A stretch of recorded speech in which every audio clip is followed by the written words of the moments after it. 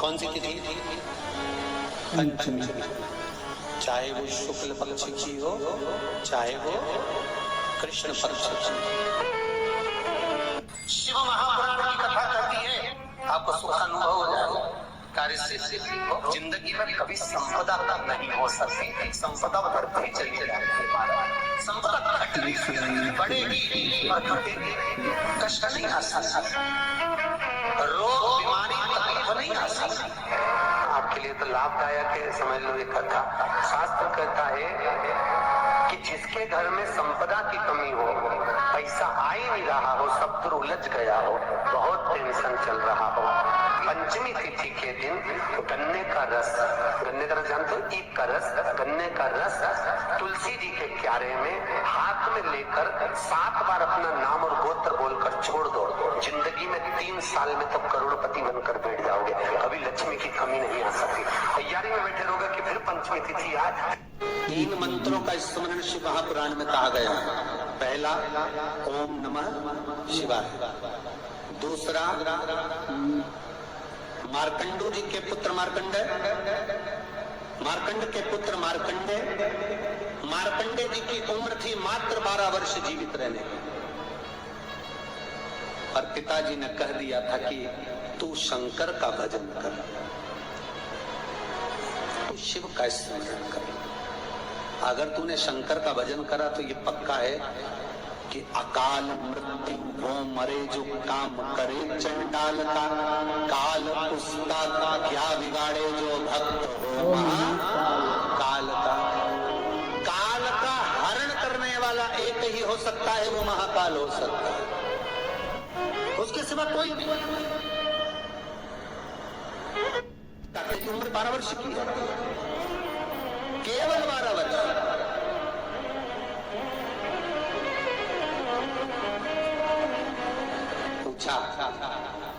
पिता जी से चरण पकड़कर मार्कंडे जी पूछते हैं, मैं 12 वर्ष बाद मर जाऊंगा? हाँ, प्राण छूट जाएंगे? हाँ। कथा सुनी थी पिताजी के मुख से कि यमराज आता है, पाड़े पर बैठकर गदा लेकर आता है, बड़ी बड़ी मूंछें हैं, काला स्वरूप है, मुकुट सोने का पहनता है, हीरे का उसमें एक रतन लगा होता है, गले में भी स्वर्ण, उसमें हीरे जड़े होते हैं, काला विग्रह होता है यमराज का, और वो अपने दूतों के साथ आकर पास डालकर बांध कर ले जाता है। तो उस मार्कंडे को वो चरित्र याद। आज अंतिम दिन 12 वर्ष की वो घड़ी, वो पल, वो क्षण आ गया जब मार्कंडे जी के प्राण छूटना है, समय आ गया।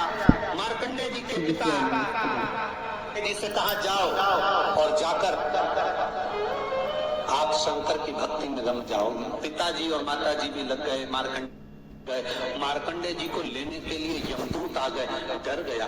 थोड़ी देर बाद यमदूत देखे कि शंकर का अनुमोदन कर रहा है, वापिस चले गए। यमराज आ गया, वही पाड़े पर बैठकर, वही भैंसे पर बैठकर, वही काला स्वरूप। डर लग गया 12 साल के बच्चे को। उसने शंकर का शिवलिंग पकड़ लिया, गले से लगा लिया, शंभो मुझे डर लग रहा है, शंकर मुझे भय लग रहा है। और तब तेज तेज महामृत्युंजय मंत्र को, वैदिक मंत्र को पुकारना प्रारंभ करा। जब 33 अक्षर के उस महामृत्युंजय मंत्र को पुकारा, शंकर सामने खड़ा हो गया, यमराज पीछे हट गया कि ये अब मेरा है, इसको तू नहीं मार सकता। तो 33 अक्षर के मंत्र का उच्चारण जब उस मार्कंडे जी ने करा, देवता जान गए कि इस मंत्र की मूलता क्या है। पहला मंत्र ओम नमः शिवाय, दूसरा मंत्र जम के बोलो महामृत्युंजय मंत्र, और तीसरा मंत्र वही श्री शिवाय नमस्तुभ्यम। ध्यान दीजिएगा, मंत्र के 3 क्रम है, वैदिक, तांत्रिक, शाब्दिक। मंत्र के 3 क्रम है, तीनों मंत्र देख लीजिए, तीनों का क्रम देख लीजिए।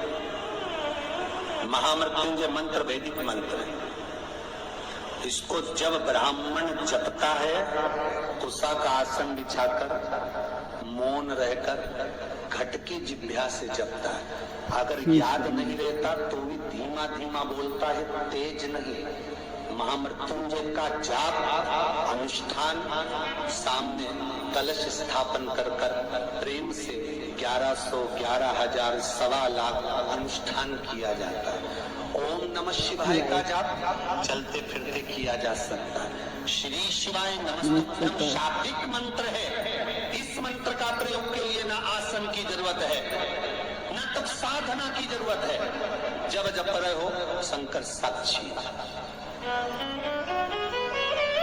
हाँ, कोई रोग आ गया, कोई बीमारी आ गई, कोई कष्ट आ गया, बहुत भारी आ गया, तो महामृत्युंजय का स्मरण शंकर के साक्षी में होना चाहिए। वो 33 अक्षर का महामृत्युंजय मंत्र, वैदिक मंत्र, शिव की साक्षी में। पर दुनिया के लोग आज वो चिल्ला चिल्ला के उस मंत्र का स्मरण करते हैं, वो श्रेष्ठ नहीं है। नहा रहे हो, सोचा कि कर्म में जा रहे हो और वो डब्बा लगा दिया।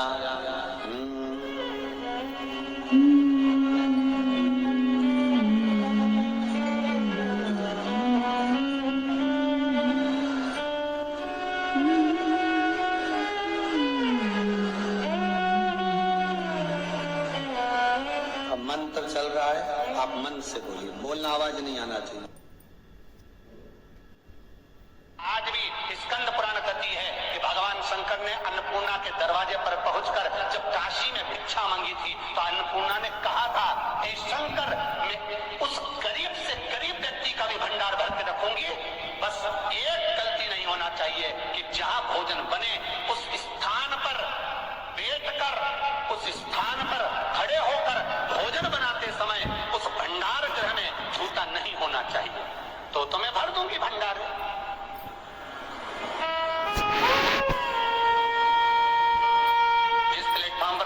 माताएं भोजन बनाती, सब्जी बगाड़ती, वहीं पे हाथ में लेके चख लेती।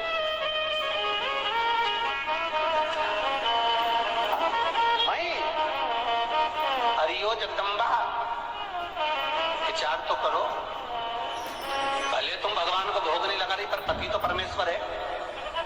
भले तुम भगवान को भोग नहीं लगा रही पर पति तो परमेश्वर है। पति के लिए कहा परमेश्वर, मतलब भले भगवान की तुमने सेवा नहीं करी, भले अर्चना नहीं करी, भले पूजन नहीं करी, पर पति तो परमेश्वर है। सब में तो वही समाया। घर में जो सास रहती है वो भी तो माँ है, जो पिता रहता है वो भी तो बद्रीनारायण है। अरे फिर क्यों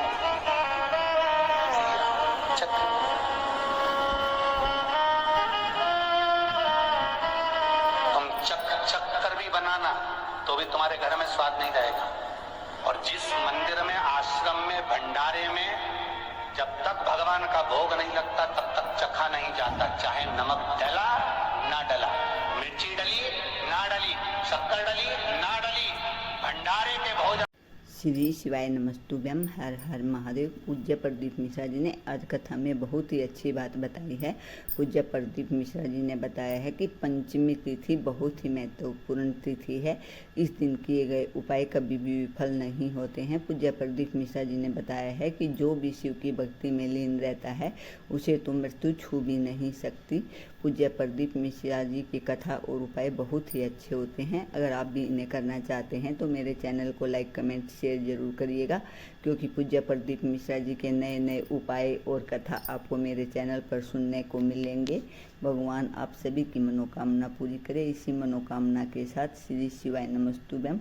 वीडियो पर प्लीज़ लास्ट तक बने रहिए और वीडियो को पूरा देखिए और उपाय को समझिए।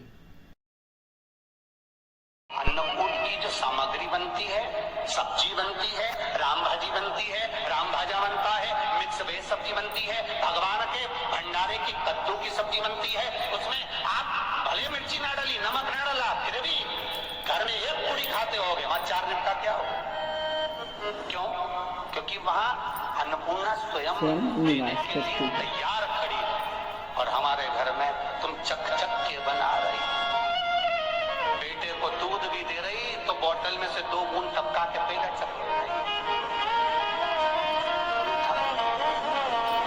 बाहर चले जाओ, बाहर चक सकते हो, बाहर जा कर पाओ, फिर बच्चे के लिए दूध में शक्कर मिला लो। चाय बनाते हुए गैस के ऊपर चाय रखिए, मई उकल रही, मई से चाय की चन्नी से लेके फिर चक्कर। कैसे आए रे अन्नपूर्णा, ये तो बताओ। लोग कहते हैं हमारे घर में सारा सुख है गुरुजी, पर शांति नहीं है। हमने शांति ना जाने चली गई, क्योंकि किचन में किच किच भर आ गई। शांति कहां से होगी?